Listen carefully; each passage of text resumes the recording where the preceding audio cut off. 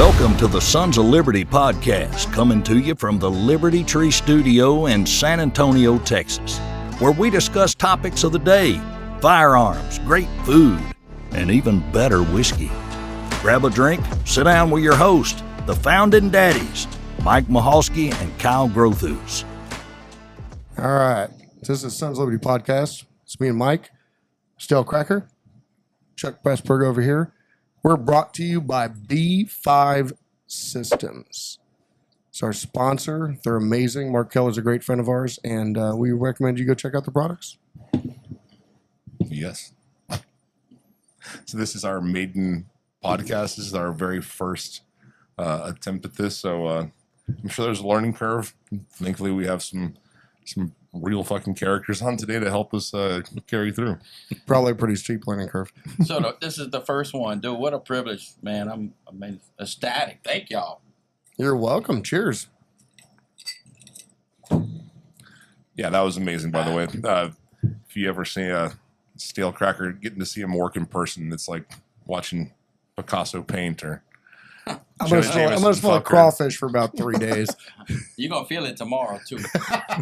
Yeah, everybody thinks that, like, all my friends are like, man, you don't do nothing. It's only 5 minutes. Yeah, the video is 5 minutes. You ain't seen the hours and cutting up, doing stuff, preparing, cooking, sweating, entertaining. Like, oh, but it all worth it. And it was a great time today, and your whole staff was very nice and treated me great, and I had a great time. I'll be back, I promise. I'll tell you what, this motherfucker's been working his ass off since 9 o'clock in the morning. Yeah. Like, I'm surprised he's even still here. Like, It's 5:36, yeah. So yeah, we're gonna be here till like at least midnight. Yeah. Parting. Chuck, did you have a good time? Yeah, man, this has been awesome. I'm really happy that I got to come down here. We came down here for work, and like Will did not tell me about the company Crawfish Bowl. Like, I didn't understand why I was in this B&B with a swimming pool. I had no idea who Mr. Cracker was when he walked by my room and said, "Hey, dog, how you doing?" I'm like, how are you doing? Who the fuck was that? I was like, please don't let that dog bite me. I'm like, what the hell was that? Dude, we had a pallet sitting out there. We're like, oh, we're going to put some guns on this pallet, and Misha destroyed the whole thing. Like, she just eating everything. I love that dog. Sounds weird. No, this is good to get a little taste of home. You're from Louisiana. Yeah. What part of Louisiana are you from? Acadiana, just north of I-10. I'd say probably about as far north of I-10 as you can get and still call yourself a Cooness. So, Opelousas, St. Landry Parish area. You're threading the needle. You're threading the needle right there. Yeah. So all my folk are there, but my dad got sent out of state, and my mom and dad got divorced, and so I moved out of the state when I was less than 5, and so I've got this Midwest Chicago accent in a family full of coonasses, and I come home and they're just like, "You Yankee fuck," because I don't talk like Bobby Boucher. Fucking like, I'm sorry, like all of my brothers, all of my cousins, and everybody. My grandmother was an actual Cajun French interpreter, court stenographer. There was coonasses when she was around that did not speak English at all. And when they would get arraigned by the judge or have to go to court or whatever, while she was doing the click, click, click machine in the corner, she was translating Cajun French into English for the judge in the courtroom. She's like talking with 2 hands. That's amazing. It's a language in and of itself. The Cajun French. It's not a dialect. It's a language. Yeah, absolutely. And my dad complained about having to go to Catholic Mass, and Father used to do the entire Mass in English, and then nobody could leave, and they would do the entire Mass over again in French to include a second communion, and nobody was like, the English speakers couldn't get up and leave. Dude, I'm Catholic, and that sounds He had painful. to sit in a Catholic parish church with no air conditioning and listen to double Mass growing up. So he was in there for at least an hour and a half. Yeah, you try to leave and they give you this stink eye. Good thing you wasn't an altar boy. So, Mr. Cracker, how did you get started? What is the story for how this phenomenon came to exist? It started a long time ago. I grew up next door to my grandpa, and he was the Cajun cook of the town. And we had a big hunting club, 200-300 people, and he was the camp cook, and we did the fairs and festivals and stuff. And growing up next door to him, he was also a county agent, so we grew up on a farm. He checked on, it's almost like the traveling vet now. And I was in his back pocket, and I traveled, did the hunting club, did the hunting. So I grew up around cooking, and then COVID hit and everything shut down. Well, at my house, we ain't shut down. We still party. And, first weekend we got 10 people. So I get a call, hey, I got my buddy, he saw us party. 15, 20. Next time we got 50, 60 people every weekend. And we just started video and life. And I think everybody was sitting at home like, I'm stuck here and y'all living life, and we started making videos, and within 1 year, 1 month, 1 million followers. Holy smokes. And then you start growing and growing, and you take my grandpa's recipe with a seasoning, and now they have different, the seasoning is better, just like everything else, everything over time gets better, so the better seasoning. So we recreated it, and we came out with the Cajun two-step. And the first place we went is all Walmarts, 4,700 Walmarts from the get-go. And That's I awesome. don't know, maybe they were fans, I don't know, but it's something that was never done before. We did that, and then it just didn't look back. Came out with other products and started traveling and cooking. And one thing that I learned from my grandpa is that people want that Cajun experience.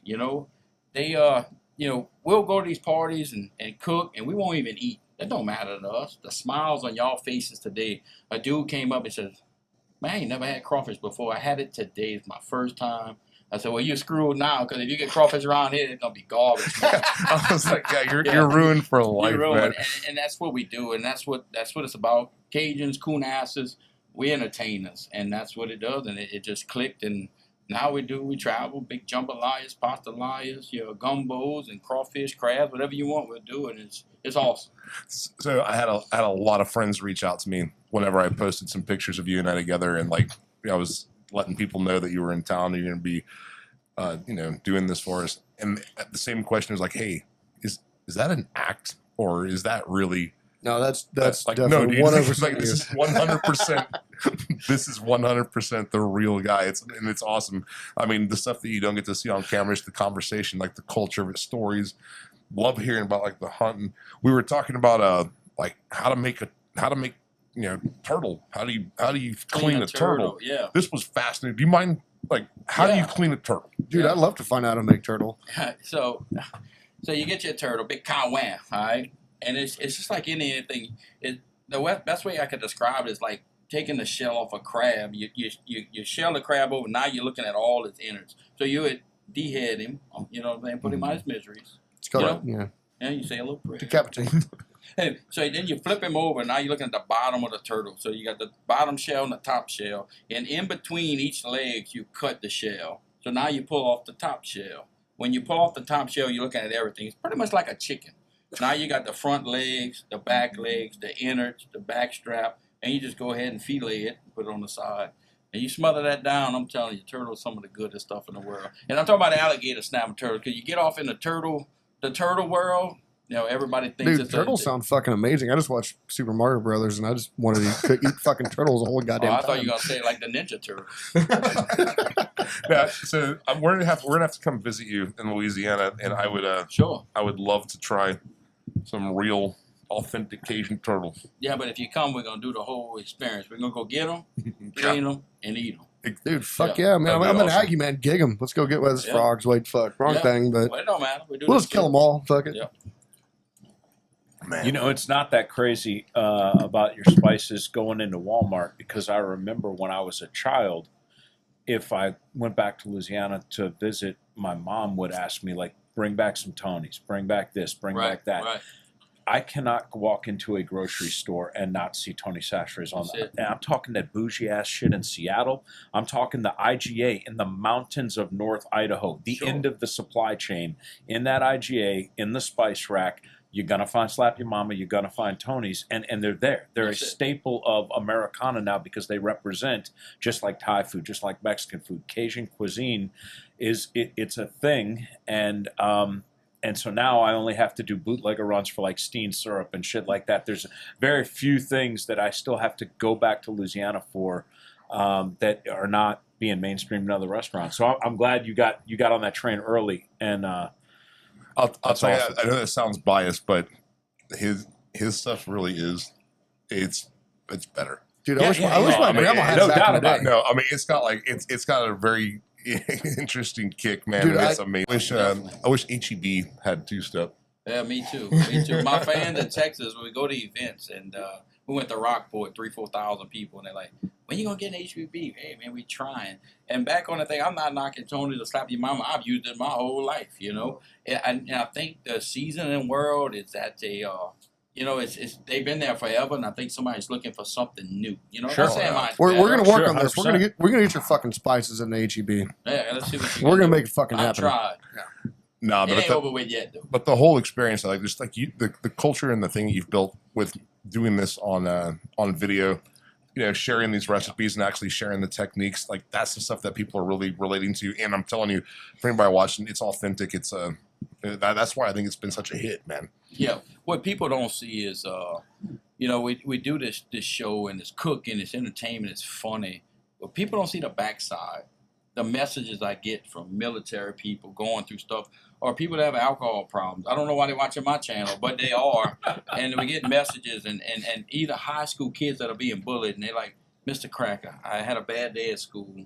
You know, I watched your video. You inspired me to go lift some weights or go out there and shoot a BB gun or do something." Or the military guys are like, "Man, I was stationed here and we couldn't wait to get back and just watch your videos. You brought me back home." And people don't see that. And that's what strives you to be better. When you go to these events and the kids like, "Man, I love when you throw stuff or break stuff." And then the next dude walks up. He's like, "Hey, man, I think breaking and throwing stuff takes away from your channel." I was like, "Well, that kid like it, so I'm about to break something else." You know, so that, and people don't see the background. They just think it's a skit. Like I said earlier, you know, I went on I think it's the Mike Coulter show out of Florida, a big, huge broadcaster, and he has a lot of big people go on his channel. And I came up there with these white boots, a muscle shirt, you know, cooked some oysters. He said, "But I had a lot of people on this show. You only the dude that came over here. Just what I saw is what I got," you know. So it's really humbling, and I love the Cajun culture. I love Louisiana. I love spreading it, and it's been a great thing to me. Dude, I'll tell you what right now. You know what's gone wrong with this fucking world? Kids aren't shooting fucking BB guns and shit anymore. You're right. That's where shit went wrong. They're on the video games killing stuff. Go outside, pop a squirrel in the head. Dude, I remember my mom had a fucking wind chime in the backyard. I put fucking so many dents in that damn thing with a BB gun. Yeah. Yeah, my kids now, they walk out. I live on a golf course. They walk on the golf course with a BB gun. I'm going to fucking jail. So obviously you, like you said, you grew up in the hunting camps. You grew up, you know, hunting, doing this. That obviously firearms are a part of your culture, your childhood. I mean, the entire thing that you do. I mean, talk a little bit about that as far as growing up with that kind of. Yeah, it's crazy how I'm gonna go into the hunting world, how it evolved. I mean, good, worse, better, whatever you think. You know, growing up, we're in the swamps with shotguns. You know, and then the centerfire muzzle loaders that you had to see the primer, you had to do this open sights. You know, and just growing up through that. Now it's pretty much wide open. But yeah, just growing up into the world of firearms. You know, every day we had a BB gun, a 22. You know, go and shoot something, cooking, cleaning, and you know that's just the way you grew up in Louisiana. If you're not, you might get bit. You know, so It was there was like a CDC study several years ago, and they'd come to some conclusion that if there was like a grid failure, that 80% of the Eastern Seaboard would be dead in 2 weeks. You know, people that had no idea how to, you know, hunt an animal, catch a fish, clean an animal, you know, any kind of self-sustaining stuff. I grew up on a farm. If I finished my chores when I was a kid, I got a handful of 22 ammo. I'd sit on a tank dam and shoot turtles or something. Right. You know, that was how I grew up. Dude, when the world ends, we're the people going to run this fucking world. That's what's going to happen. God, that's scary. What's next for you, man? Where do you head from here? I've got some closed enrollment stuff with some federal LE coming up, but I think my next one is Colorado, my first Colorado class. I've been doing this for 5 years. No, that's not true. I did teach in Colorado. It's my second Colorado class. What part of Colorado? None, Colorado. None of your business. Yeah, NUNN, man. Oh, okay. That's a real place. Never All right. been out there, but I am gonna stay. I'm gonna stay over at my boy Johnny's house. Johnny from Magpul.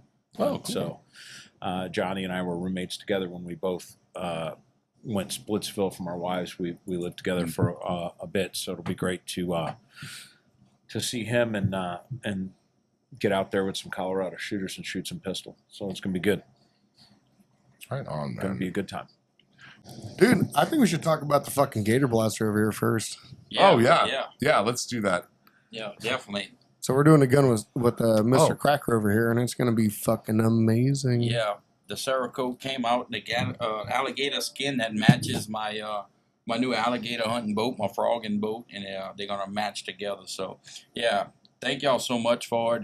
It came out better than what I could imagine. You know, got the old SK in it, got the Cajun 2-step on the mag, and yeah, we ran it yesterday. Those skank ran good. You know. Oh, dude, that thing ran amazing. Yeah. Yeah, so it's 13.7 M89, and it's alligator cerakote. It looks pretty awesome, and yeah, I think we're gonna do a few of these for folks that get us right. Right. Definitely. That's pretty awesome. Chuck, what do we got coming out with you lately? We got some good stuff coming out with you, right? Yeah, man. Barricade stops are shipping to Big Tex when next within a month. Yeah, by the time this airs, they'll probably be there. So Yeah, yeah. man. Those things came out really good. I got to see the FDE and the green. The Cerakote color is called Moss. It's beautiful. Yeah, don't church it up. They're OD green. But yeah, Moss. So the Moss and the brown came out great. The black looks good. That thing's going to be a big hit, man. It was one of those things that when people look at it, they'll be like, "Man, I didn't know I needed that, but I need that in my life." Yeah, So, no, it really is. It's very strong, and like I said, paired with that M89 rail. I mean, you could obviously put it on any rifle. It's built to go into M-LOK, so it's universal. But I will say, stuck on the side of an M89, that thing's pretty tough. You can load into it, pretty hard. yep.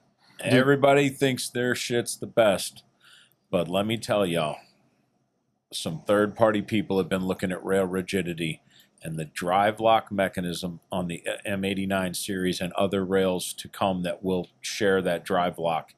That barrel nut and rail combination now have third-party data to support that they are the gold standard for rigidity, and rigidity matters when you start slapping enablers onto a rail, fellas. If you're shooting a laser on your rail, if you're shooting clip-ons on your rail, and you don't want that rail moving in front of your optic or changing your POA, POI,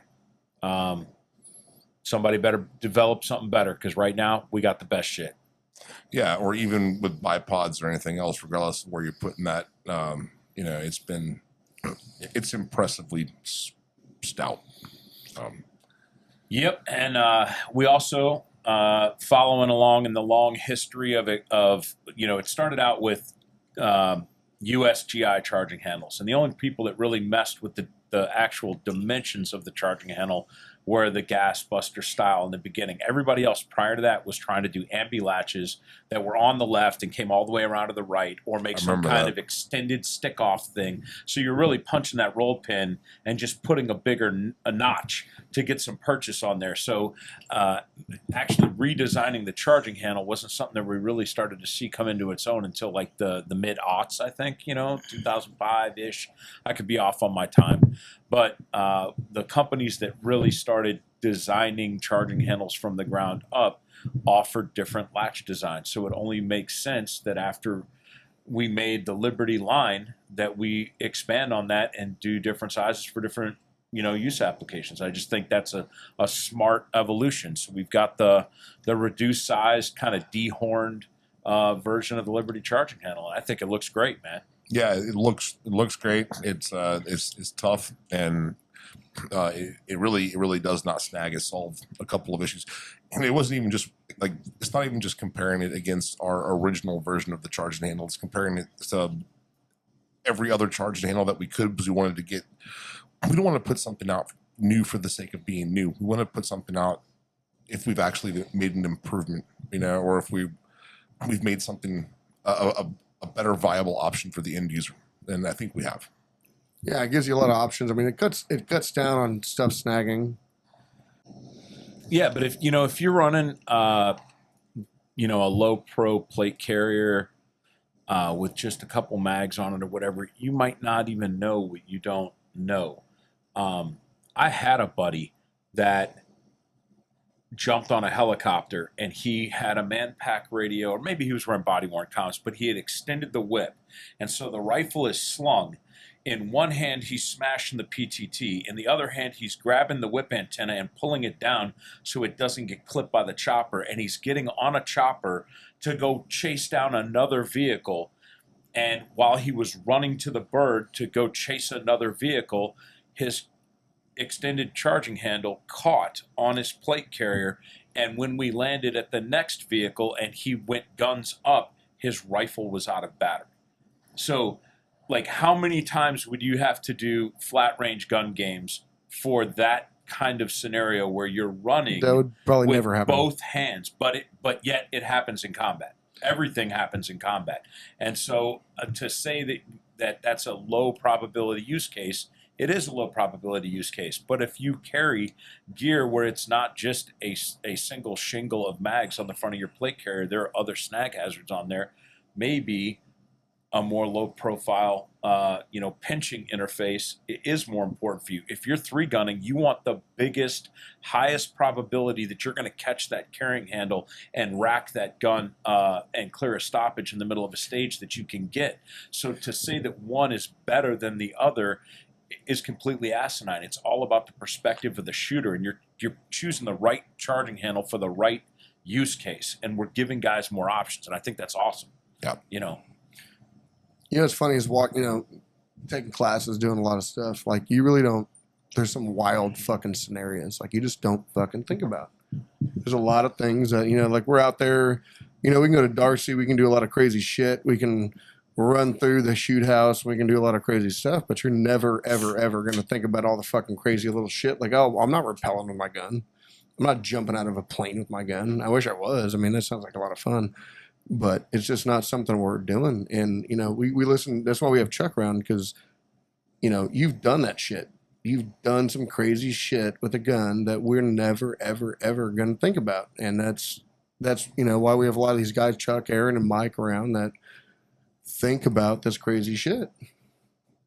Yeah, like it was a long global war on terror, and I didn't have to do it to learn from it. Like, I saw a lot of people and a lot of things happen to them, and a lot of people do a lot of things in the time that I was in. And so, like, when I close my eyes in my photographic memory, it's like that farmer's commercial. Like, we know a thing or two because we've seen a thing or two. We are farmers. You've seen a lot of shit. Yeah. Like, I've seen some dudes eat shit running across the road. I've seen guys break their nods off. I've seen guns explode. We were talking about earlier about you fucking walking into a tent, like a fucking tent, with your fucking nods and trying to rip that shit off. Yeah, like, this is crazy shit you would never think of. Curtains and beads, room separators that were, really big here in the 70s, and you haven't seen them since.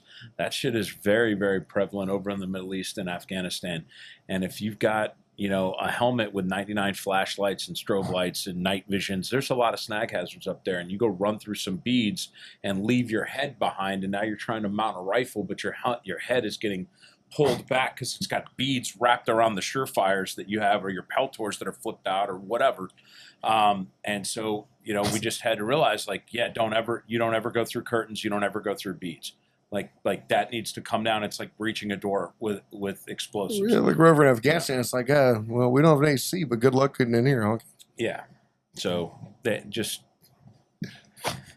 seen some shit, man. Sounds like a bad Mardi Gras, Shit, I'm all into it now, It's like some guy trying to breach a room in fucking New Orleans, fucking beads and shit. It's getting wild. Give me a hurricane to go. Oh, dude, I just had a buddy of mine fucking called me from Galveston. He's like, oh, man, we just had the Jeep week. Jeep Week in Galveston. He's like, I man, bet they had a bunch of them little ducks up there on Jeep Week. oh, dude, I don't even know what that's about, but I think it's he's like foolish. 250 people got arrested. He's like 50 people went to the hospital. He's like 5 are critical, 2 are dead. And then he sent me a picture of some chick hanging off the side of a Jeep taking a shit. And he's like, and this picture. And I'm like, oh man, that was a rough week. Fuck that shit. You know, while that sounds like It was graphic. It's graphic. well, it's also the way things used to be. I mean, I remember like, you know, that mudding and off-roading and people getting hurt and doing dangerous shit and having fun. Like that's kind of how we used to live. And it wasn't, Dude, I'd be it down. I'd didn't be make down. the news whenever a couple of guys, you know, got hurt, you know, doing something like that. I guess maybe with our pussified culture, that sounds a little bit more extreme than it used to be. It sounds fun. Yeah, I mean, Jeep Week, shit, I might go. I don't have a Jeep, but dude, I'll let you know what it is next week. You can next bring your Porsche, don't worry. They accept you. so actually, just see the guy that's typing stuff for us to talk about. We're actually in our 9th year. He's like, stop talking about that. We started in 2014, so 2023. This is our 9th year. Yeah, next year will be 10 years. Yeah, 2024 will be 2024. November of 2020. And I actually, this is kind of creepy. Or not creepy, it's interesting. I went back and I looked at the post when I posted the very first Sons Liberty serial number 1 coming off the line, like the day that we built the very first gun on our actual variance lower. And it's November 22nd, 2014. And why that's significant, aside from that's the day that Kennedy got shot, it's also Eugene Stoner's birthday. Nice. Is that not like a little? I didn't even think about that, but yeah, the day that Sons Liberty serial number 1 rolled off the line was Eugene Stoner's birthday, and that was not by design. That's pretty cool, man. Yeah. That's pretty. Yeah, good we're not very good about doing things by design. So I guess because we control the microphone, and that means they have to listen to everything we have to say, a la the wedding singer. We also get to control when this information's released, so we can talk about the L9. Yeah, the talk about whatever we want. Yeah, we can talk about the L89 rail, and then just release this whenever we let the cat out of the bag, right? For anybody that's made it this far, this is the first podcast we recorded, but it might not be the first one we release. So good for you. Yeah, but We just ruined it. no, wait. So that's No, we actually, didn't. It's amazing. That's how Quentin Tarantino started, right? So like the very first movie he ever wrote was like the 4th movie he ever made. Anyways, I'm a Quentin Tarantino fan. He's a fellow foot guy. So. Yeah, I fucking love that guy. So yeah, we have a new rail coming out. It is the L89. It is a slight modification to the M89. We made it a little bit more tailored for, I guess, end users that require a little bit more capacity. You know, It's amazing. making a little bit more use of real estate there for people that want to mount certain things in certain places. If you're using, I don't know what's next. No, it's a fucking great rail. Y'all should totally buy it. Yeah, It's got M-Lock everywhere, all over the place. So some of the testing that we were playing with, whenever we were, you know, with your input, and then testing this with a couple of other folks that were having, you know, that had some ideas.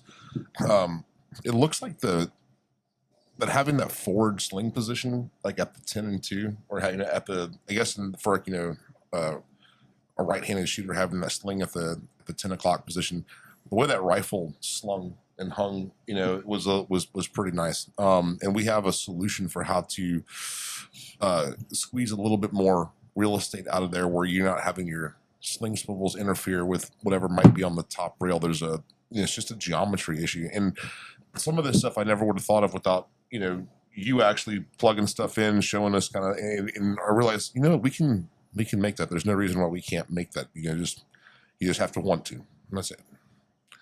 So, I got one more question, Mr. Cracker. How do you like your steaks cooked? Medium rare. Fuck yeah. Money, dude. So, what's your favorite thing you cook? You cook a lot of shit on your fucking show. What's your favorite thing? Like, what gets you off? What do you like? I like a good jambalaya. Yeah, it's perfect timing, enough to, you know, get hydrated, motivated, and you know, it's good. You know, time consuming, but it's, you know, the preparedness of it is worth the reward at the end, because, you know, you're a little couple ounces off. It's almost like making a charge, just you're a couple ounces off on rice and you fucked it all up, Dude, if I'm hydrated enough, anything tastes good. Come on now. So, I mean, and do you use measurements, or is this more of a feel? Definitely measurements, rice to water. You can't mess with that. But other than that, is if you watch the show, is like the worst thing you could ever do is follow a recipe to the T, especially when it comes to seasoning. What I like to do is seasoning and then taste as I go. And then that way you need, some people like it more spicy than others. That way I know who I'm cooking for and what I'm doing. So I'll taste as I go, and then that's the way to do it. But the worst thing to do is, we need half a cup of this, boom, and then at the end, it's like, man, it didn't come out right. Yeah. Oh, yeah. Yeah. Some of the best meals I've ever had were made by people that tasted as just made the fuck up. Yeah, definitely. Yeah, awesome. Fun. So I got a good story for you, though. I've been waiting to tell you. So I know you're in the gun world and stuff. Growing up, we did a lot of reloading and a lot of shotgun reloading. And I would sit with my grandpa, my dad, and my uncle, and we'd melt lead. And we'd run the lead down. It'd fall into a 5-gallon bucket of water. And it was just enough water so when it hit there, it wouldn't dent the round. They would use it for duck and goose and crows and all that. And I guess I'm about 9 years old. And I'm sitting there and I'm watching that lead fall like that. I'm watching it.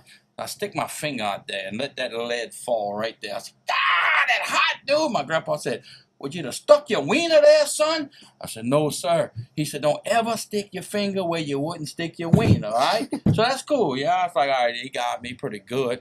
So like I said, he was a county agent. He traveled around. Next day I'm riding with him. We get out. He tries to check some cows to see if they were pregnant. He sticks his hand all in that butthole, trying to feel.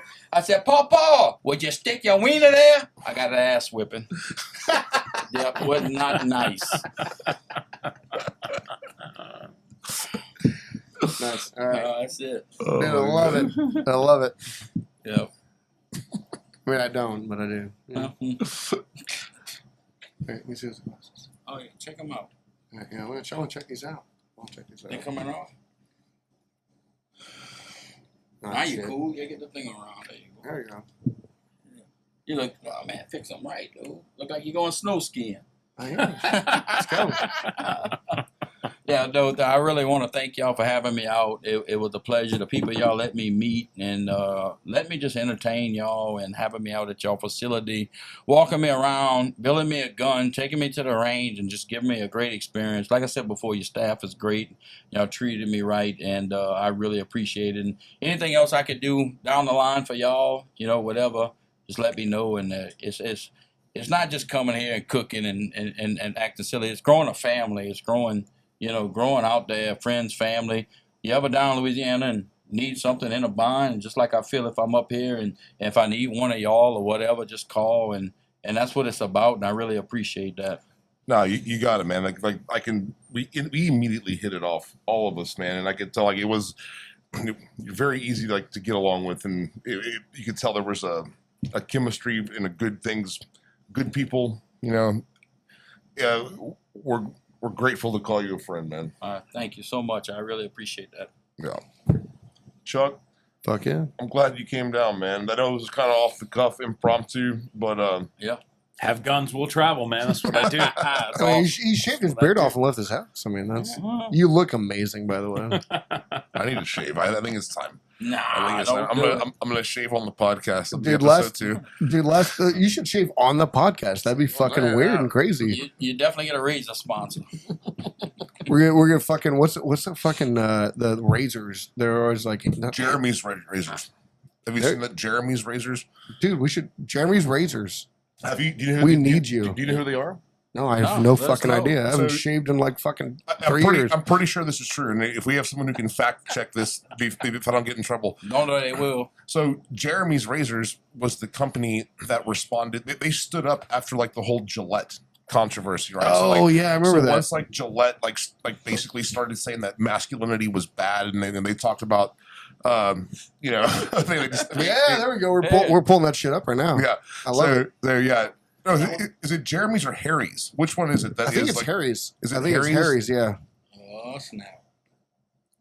We got Jeremy's, Harry's, and the Dollar Shave Club. Let's figure this shit out. We got Jeremy's versus Harry's here. It's gonna fucking fight to the death. shave the shit out of you. Can you keep scrolling down? It was Jeremy. Yeah, Jeremy's razors That takes a went torch after- to Harry's and Gillette aiming. Yeah, that's it. I like Jeremy's. So Jeremy's razors is the same one that actually makes like the new chocolate bars. So once Nestle did like the whole, they took a very hard position on certain issues. It was the same company that put out a chocolate bar where one of them has it's called Hims and Hers, and I think it's called. That's dick pills. I mean, it's Hims and Hers, something like that. And they said one of them has nuts, and if you can't figure out one of them has nuts. One of them has nuts. One of them has nuts. There are. I mean, it's an entirely separate podcast conversation, but there are certainly two economies rising. There's going to be two. And ours has all the money. That's actually not true at all, man. We don't. Like, I mean, not when you compare it to, I don't know, Bill Gates and Michael Bloomberg. Oh yeah, fuck those guys. So I think we have the numbers. I think that the people that are reasonable in their position on certain cultural issues. I think with the numbers, we certainly don't have the money. we need Jeremy's Razors as a sponsor of our podcast. That's what we need. They have a lot of interesting products, dude. And there's a lot of companies. Mostly razors, but yeah, I shave my tank. That is one of the. That is one of the things that I've been lucky about in my career, at least as a gun manufacturer, is that I've been able to take certain positions without fear of like getting canceled, because there's a lot of people that will just never buy an AR-15 rifle, and so I don't have to necessarily direct my marketing towards them anyways. Look, Jeremy's for mine. Look, Jeremy's Razors. I will shave white balls live on this podcast if you sponsor it. Look, he, him, she, her. Nuts and like nutless. on the top of the table. I will stand on this table and shave my balls. Microaggression size. And I'll pour a two-step on it to lube it. Oh, damn, that sounds Hit spicy. you with a little gator drool. I'm probably going to regret all of this, but it sounds spicy. Crack, you're going to have to be careful with that razor. A good friend in the industry told me once, you can't put a tourniquet on a taint. And, it was in reference to stabbing somebody in a close fight. Oh. It's like, yeah, if you stab them in the taint, they can't put a tourniquet on that. They don't. Yeah, that sounds like that would be a horrible way to go. That's right. It sounds like a patch, like Chuck aims for the taint. aim for the taint. Either you taint or you ain't. Oh my god, dude! I just copyrighted that. Nobody take that. Dude, like all these creams are Jeremy's creams. Like it feels like it makes your tank feel better afterwards. I would love Jeremy's cream. Just get stabbed in the tank, we'll make it feel better. Jeremy's cream. He was a sponsor. He just got out. He's like, no. What What else do they have? Like, Dude, play this video. This video is awesome. No, play it. Play this shit.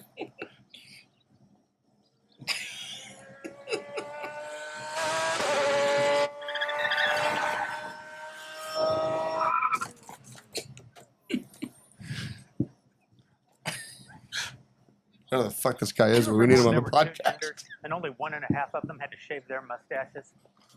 Oh, hi. I'm Jeremy Boring, CEO and God King of the Daily Wire. Harry's Razors used to advertise on our shows. They're a great product, and we were happy to do it. That's before some peon who works for me went and said that boys are boys and girls are girls. And that was just too much for Harry's. They condemned our views. Views held by millions of Americans and virtually every human who's walked the planet until about 15 minutes ago as inexcusable. And they dropped their ads from our network because of what they called values misalignment. You're damn right our values are misaligned. And it's not just Harry's either. Gillette razors used to be the best a man could get. Then they decided that men are too toxic. Unless you're the kind of man who teaches his daughter to shave her beard. If that makes sense to you, keep buying Gillette. But if you've had enough of the woke bullshit, and you're tired of paying companies like Harry's and Gillette to hate you,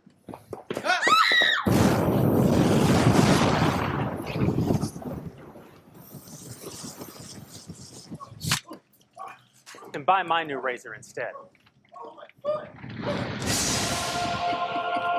Shut up and shave. Behold, Jeremy's razors.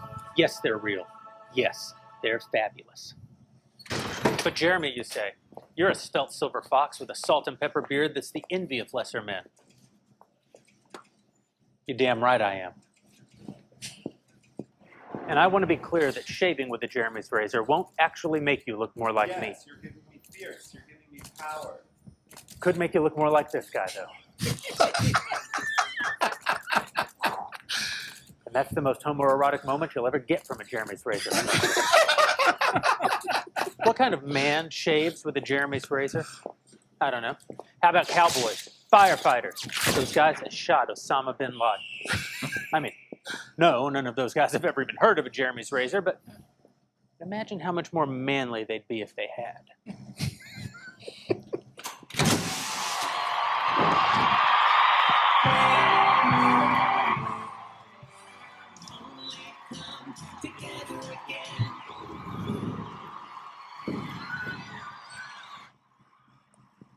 Right now, you're probably wondering if this whole thing is a joke. Sure it is. That doesn't mean it isn't real, or that it won't be the best shave of your life. Harry's Razors doesn't want your business. I do. They seem to hate you, and I can't say that I love you, but I don't mean you any specific harm. Our country's in trouble. Conservatives are being canceled by Hollywood, the media, universities, and now Harry's Razors. Stop giving your money to woke corporations who don't think you deserve their product. Give it to me instead. Shut up and shave. Head over to IHateHarrys.com and pre-order your Founders Series razor and shaving cream set. Yeah, there's definitely So they got there's those some money.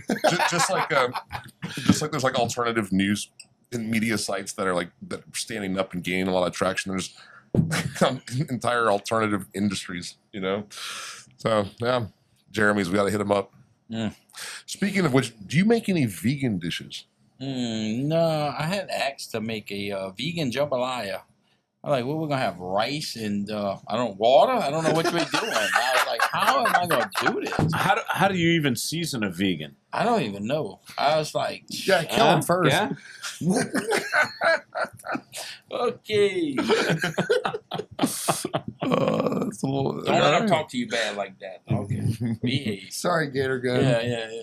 Gator Gun's like, man, he's about to jump and grow legs and fucking go do God's work. Yeah, Well, it'll be all right. Well, fuck yeah. You reading something? yeah, dude, they're typing some kind of cue card here for me. We got video. Let me see this Gator They're rifle. like typing the screen like, stop being assholes. Oh, there you go. Don't be so bad. Stop being such dicks.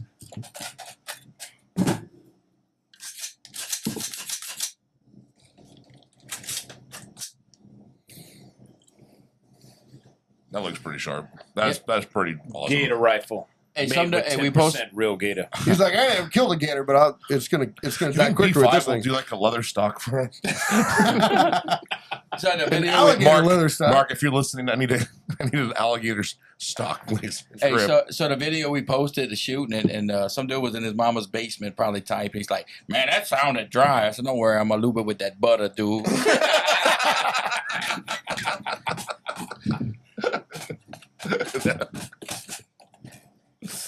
Nice. That thing's sex. I love it. Awesome, man. We've built some guns for some really cool people, and I mean that's probably been one of the most rewarding things about my job is just like the fucking people you get to meet, and we've put some rifles in some very cool people's hands, and like you, my friend, you were certainly on that list. Man, I appreciate it, man, and yeah, just thank you again. I appreciate it. Well, all right, man. I've made an attempt to end this thing like 4 times. Like let's actually We'll try let to- you do it I now. don't know. We were shooting for about an hour. Yeah. Is that right? Somewhere. in there. We're in that ballpark. So just like at the range yesterday, you wanted to end it like, no, let's keep going. You're like, I'll tell you what, I'll meet you at 7. I'm like, nah, let's do it tonight. I was like, we'll come back tomorrow. I'm like, "There's no way we're going or- to eat steaks tonight and be back at 7. Yeah. I knew better. fuck that. Well, hey, not bad for our first attempt. Well, I'm sure we're gonna get. What is that saying? Speak English. Can you use a bigger final? Nah, okay.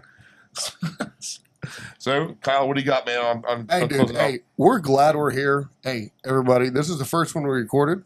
And it was a little bit of a shit show, but it was fucking awesome. And you know what? Might not be the first one to release, but we'll see. And hey, we love B5 Systems. It's our sponsor. Great guys, Mark. Stop playing the fucking music. It ain't over. It's like the Oscars, like the wrap it up music. Like, He's like, shut the fuck up. Chuck, you got anything, man? I'm continuously humbled by being able to be a part of the team. Every time I get back to headquarters, you guys are working on something new, something different, something better, and it just reinforces the fact that one of the best decisions that I've made since I got out of the military and retired from professional drinking was coming on board with Sons. And don't worry, I picked up the slack. It's good, man. It's all good. So I am damn just happy and glad to be here. We love you. We do, man. Mr. Cracker? Like I said before, it's a privilege, and we went out last night, and and like you said, man, you take time for your fans and everything going on. You here eating a supper, but you'll get up and take pictures and all. That's what it's about, and I appreciate all my fans, all my followers. Check out the Cajun Two-Step, Cajun2step.com. Like I said, we're in Walmart's, academies, but that's what it's about. Without fans and followers that truly believe you, there's no me. And just like with your brand, it's just the way you took me in, and now you have a fan and a friend for life, and that's what it's about. And once you give that up, you're nothing, and it's them, it's not you. That's what makes it go wild. That's what makes Walmart want your brand, is because they see their interaction on the comments and what they like and what they don't like, and you treat everybody, great, and you go to these events and you shake hands and you kiss the babies and do the thing, and y'all do that at this business, and that's why y'all have my business, and hopefully we can build some more guns together, because the way you treated me is the way I hope I see other people think that I treat them. So thank you so much, and thank you for having me on this podcast. It was money, dude. Dude, I'll tell you what, that two-step's fucking amazing. I wouldn't put it on a baby, though, because that shit will probably burn it. It's amazing. It really It's is. delicious. Put it on your wiener and give your old lady a hot sausage po' boy. I'm probably ruined. I'm probably ruined now for crawfish boils, because I don't know where the hell you go from here, man. This was spicy. It's amazing. It was amazing, dude. So, guys, obviously we intend to keep doing podcasts regularly, and we're gonna probably get better at it. We have a lot of fun people that we've met over the years that we'd like to have on. And while we're a gun company and we talk about gun-related topics, at the same time, we have such a diverse group of friends that there is no shortage of stuff that we want to talk about that I think our demographics find interesting, whether it's good cooking or culture or finance or whatever. I mean, there's a million different things that, of course, it's a gun-centered podcast, but, keep an eye out, and this has been fun, and I promise we're going to get better at it. We're working on it. Can't get worse. Yeah, See you next time, guys. Love y'all. Thanks for joining us today right here at the Liberty Tree Studio. But be sure to visit us at SOLGW.com for hard-use blasters, badass swag, and much, much more.